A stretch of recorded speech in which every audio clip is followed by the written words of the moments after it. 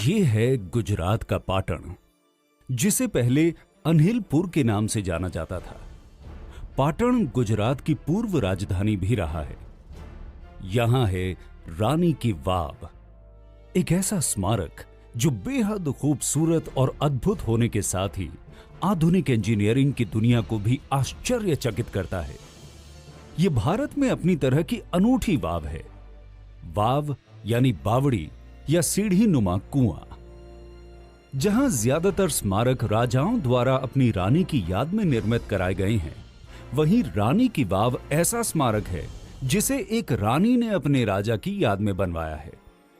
इस बावड़ी का निर्माण सोलंकी राजवंश की रानी उदयमती ने अपने पति भीमदेव प्रथम की याद में 11वीं सदी में कराया था। ये बावड़ी न सिर्फ जल प्रबंधन प्रणाली में भूजल संसाधनों के उपयोग की तकनीक का बेहतरीन उदाहरण है, बल्कि भारतीय भूमिगत वास्तु संरचना का भी सबसे विकसित नमूना है। रानी की वाव सभी बावड़ियों में सबसे बड़ी और सबसे ज्यादा अलंकृत है। साथ ही मारू गुर्जरा आर्किटेक्चर का उत्कृष्ट नमूना है। इसका निर्माण उल्टे मंदिर की तरह किया गया है, यानी डोम नीचे और स्तंभ ऊपर की ओर है। इसमें नीचे से ऊपर की ओर 7 सीढ़ियों की कतारें हैं।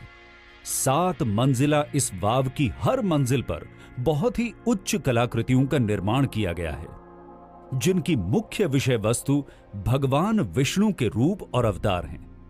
लगभग 70 मीटर लंबी, 23 मीटर चौड़ी और 28 मीटर गहरी इस वाव में 500 से भी ज्यादा मुख्य कलाकृतियां और 1000 से भी ज्यादा छोटी कलाकृतियां हैं। इन मूर्तियों में भगवान विष्णु के 24 रूपों और 8 अवतारों के अलावा नागकन्या, योगिनी जैसी सुंदर अप्सराओं की कलाकृतियां भी बनाई गई हैं। इन मूर्तियों की चमक देखकर ऐसा लगता है जैसे इन्हें वर्तमान समय में ही बनाया गया हो। क्या आप जानते हैं कि ये बावड़ी 700 सालों तक गाद में दबी रही?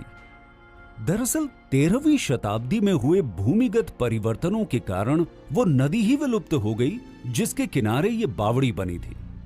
बताया जाता है कि भूमिगत प्लेटों के खिसकाव के कारण इस क्षेत्र में बाढ़ आई और बाढ़ थमने के बाद ये क्षेत्र गाद में दब गया। ये गाद इतनी अधिक थी कि इसने 28 मीटर गहरी इस वाव को भी जमींदोज कर दिया। वाव के लंबे समय तक गाद में दबे रहने को ही इन मूर्तियों की चमक का कारण माना जाता है। रानी की वाव को दोबारा ढूंढ निकालने के पीछे भी एक लंबी कहानी है। दरअसल भारतीय पुरातत्व विभाग ने 1950 के दशक के मध्य में इसका उत्खनन शुरू किया, जो लगभग 40 सालों तक जारी रहा।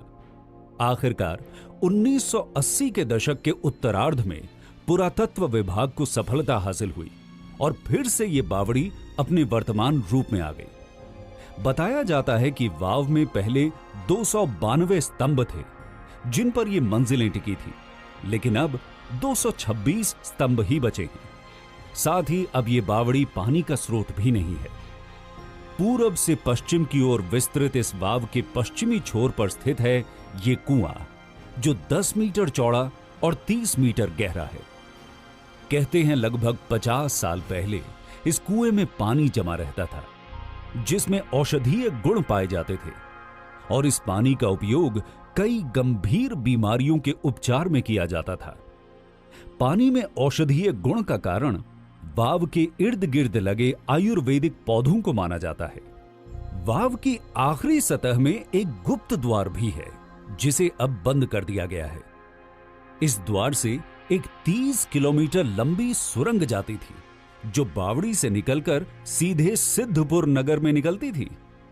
22 जून 2014 को यूनेस्को वर्ल्ड हेरिटेज साइट में शामिल तकनीक और खूबसूरती के लिए प्रसिद्ध इस अनूठी वाव को यूनेस्को की विश्व विरासत समिति ने भारत में स्थित सभी बावड़ियों की रानी का खिताब दिया है। 900 साल पुराने इस स्मारक से कई ऐतिहासिक पहलू तो जुड़े ही हैं। साथ ही यह स्मारक आधुनिक इंजीनियरिंग की दुनिया को चुनौती भी देता है।